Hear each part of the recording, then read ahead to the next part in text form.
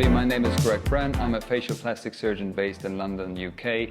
A question that I hear every now and then is, what is a lip lift?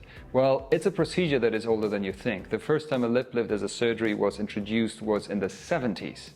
And back then, there was this skyrocketing boom on rejuvenative surgery, mainly around the facelift. And as they did facelifts, they realized, well, we can improve the appearance of the face in this area, but any changes age-related to the lips, we can't really hit. Just like you do a facelift, but it doesn't really rejuvenate the eyes. So you have to do eyelid surgery in addition to a facelift.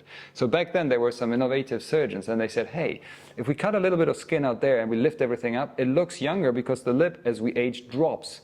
So this was the beginning of the lip lift, and then there was a surgeon in Texas that created this kind of shape under the nose that resembled the shape of the bull's horn, and they call it the bullhorn lip lift because of the shape of the incision.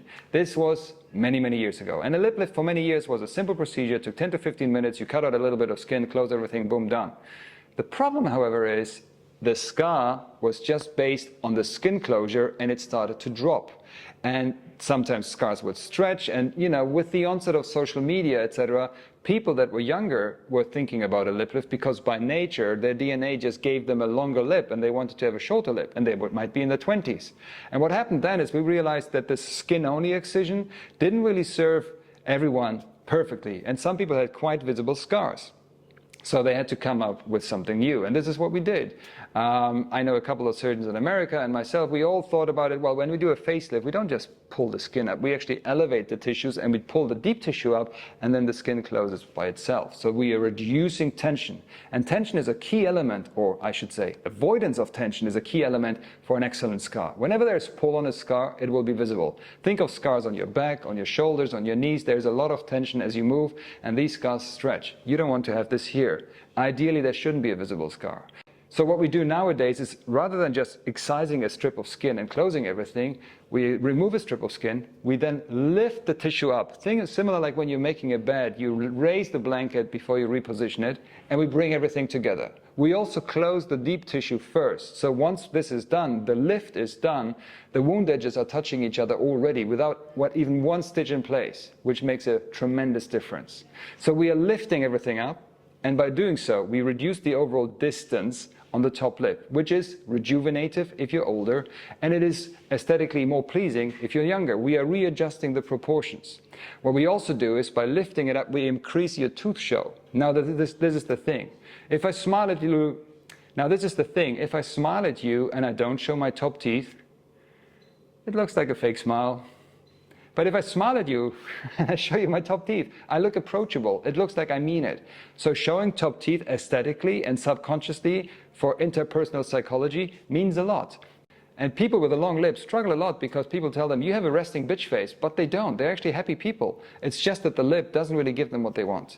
So you shorten the distance, you beautify the proportions of the face, you increase tooth show, and another detail that can happen is if you raise everything, the red lip portion gets perceived to be bigger. It doesn't really get bigger because I'm not creating volume, but I'm increasing what I call the vermilion height. The red lip portion is called the vermilion, and by lifting everything, you see more of the vermilion in front of you, so the vermilion height is increased.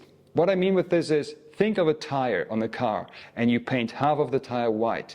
Now, as it's rolling towards you, suddenly you see more white. The tire didn't get bigger in size, but you suddenly see more of the white segment of the tire as it's rolling towards you. I hope that makes sense. So that's a lip lift. It's a very, very popular procedure. We do a lot of lip surgery every week, and I would say the lip lift is definitely a working horse in the whole realm of 21 different procedures we can perform on lips. It beautifies the young face, it equally beautifies the old face, but it equally rejuvenates the old face. It's a powerful little procedure that takes a little bit more than just cutting out the skin. I personally believe it's one of the most challenging scars to manage in the face. Why? Because you have to stabilize the scar properly, and then equally the patient has to understand that they should avoid any kind of movement that creates too much tension on the scar. What you have to do as a patient is you have to be willing to have surgery, obviously, but you have to also be willing to listen to the rules that I'm giving to you. And I can be very German when it comes to aftercare. One thing that I tell all my patients is, do not smile for 6 weeks. How is that possible? I even say, don't engage your top lip in movement for 6 weeks. Well, you have to practice, and I tell patients to practice already beforehand. I'm talking to you right now with minimal movement of my top lip. People might think I'm arrogant because I'm not engaging in my facial expressions, but this is called aftercare. After 6 weeks, the movement on the top lip can be re-engaged, but it's so critical to avoid any tension. And trust me, the best patients I had were soldiers when it came to compliance after surgery. So it's not only the surgeon, but equally the patient's motivation to follow the rules in order to get an excellent outcome.